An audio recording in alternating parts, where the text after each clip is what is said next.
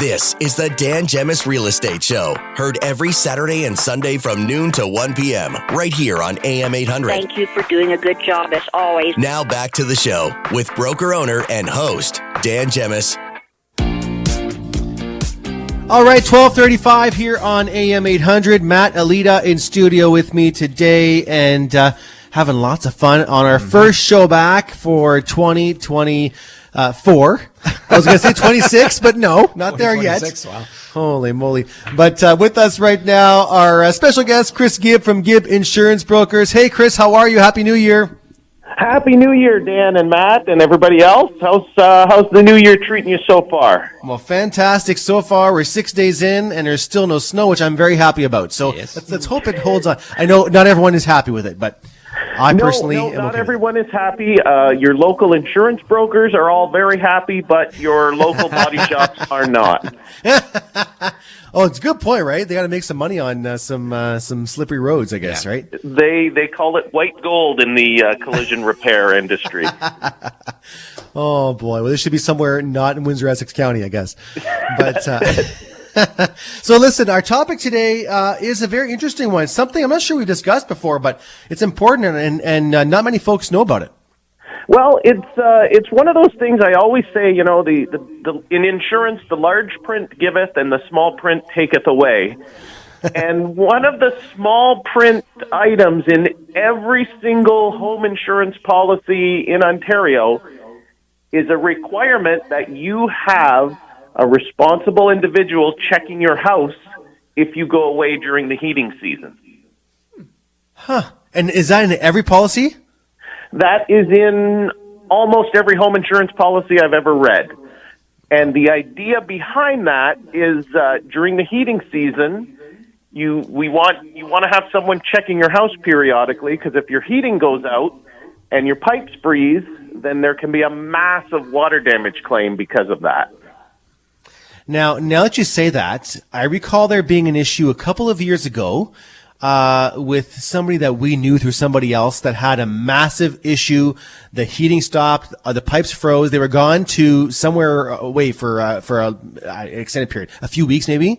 And the pipes froze, flooded the house, like 4 feet of water flooded. And I want to say they had a hard time getting coverage. Getting it covered, I believe.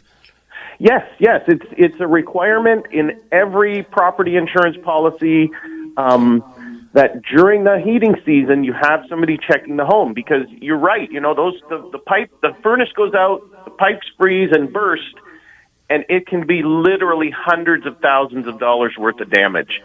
And it's just as easy as making sure you've got a responsible neighbor who has the keys, and they're going to go into the house every 72 hours, make sure everything's hunky-dory, there's no issues. You know, you go away for a week on vacation, that's one thing. But if you're a snowbird who's gone for 2-3 months, if nobody knows, that water is just going to keep running and running and running.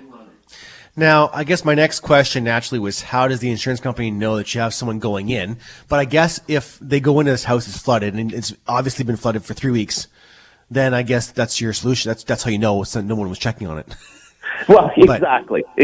I mean, it's you know, they're not going to put you on a lie detector. They you know, if you say the neighbor was checking the house and they talk to the neighbor and neighbor says, yeah, you know, something happened and I was in there 3 days, you know, every 3 days, and then I turned the water off and called somebody, you mitigate your losses that way.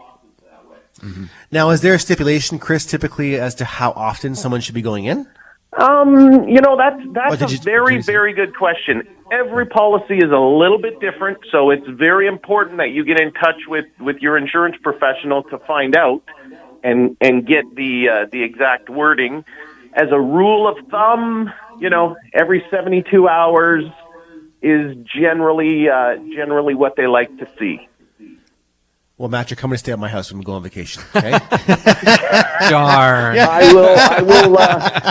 I would gladly do that. I've had You don't have to twist my arm.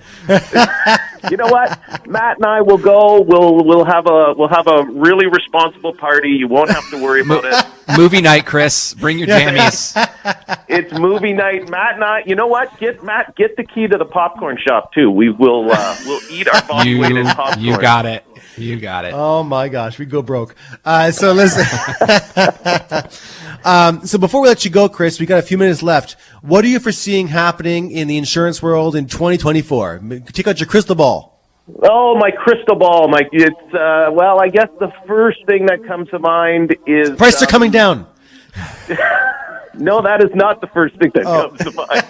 First thing that comes to mind is it's just the natural disasters we're seeing because of climate change. It's a huge issue. You know, last year, 2023, was the single most amount of natural disaster-related insurance claims in Canadian history.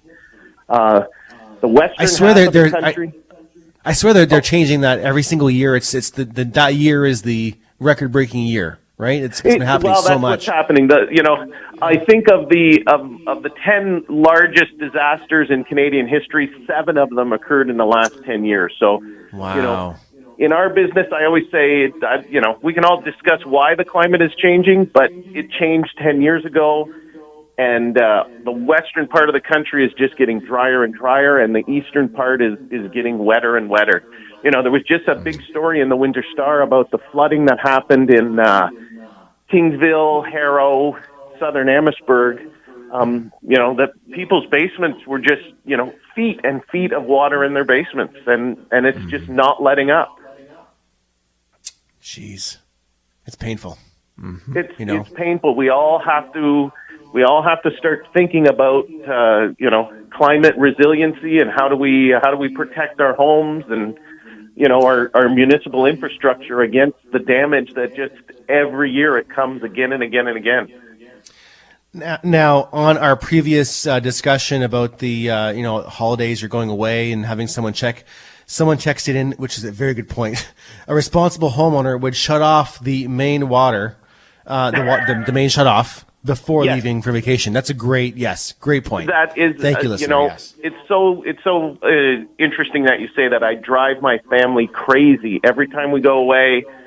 Everyone gets one last bathroom break, and I turn the water off. If it's for 3 days, if it's for a week, I turn it off. It's the single easiest thing you can do to prevent a burst pipe causing a problem, and it doesn't just happen in the winter. Everybody's got a fridge with an ice maker in it, and those little plastic pipes burst all the time.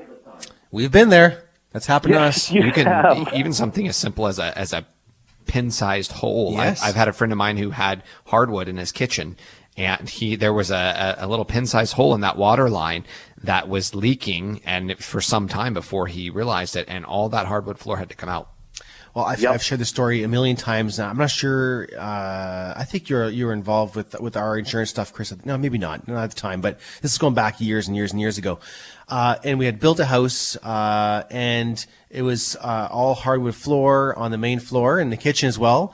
And there was a powder post beetle in our house in the hardwood floor, in the material that we noticed about 6 months after we moved in. Remember this? I remember the story. I think this was before our time working together. Yes, but it was. I remember the story. But literally, the flooring company went. The actual flooring manufacturer has a warranty on the flooring, and they actually took care of the cost of replacing the whole floor. And so the contracting company came out and changed all the floors. They had to take out all the cabinets to change the kitchen floors. They put back the fridge and didn't tighten the hose, the water connection enough. And literally, a couple days after they had put everything back, I was out in the back shed taking the garbage out and noticed there was water leaking from the corner of our house, from the corner exterior of our raised ranch.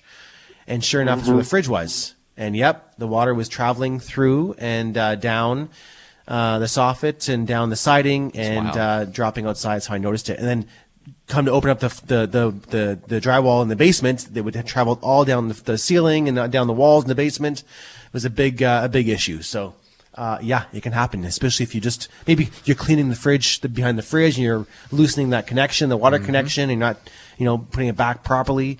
It can cause some issues. It's a headache. And that's the problem. Those pressurized water lines, they will just run forever. Yes.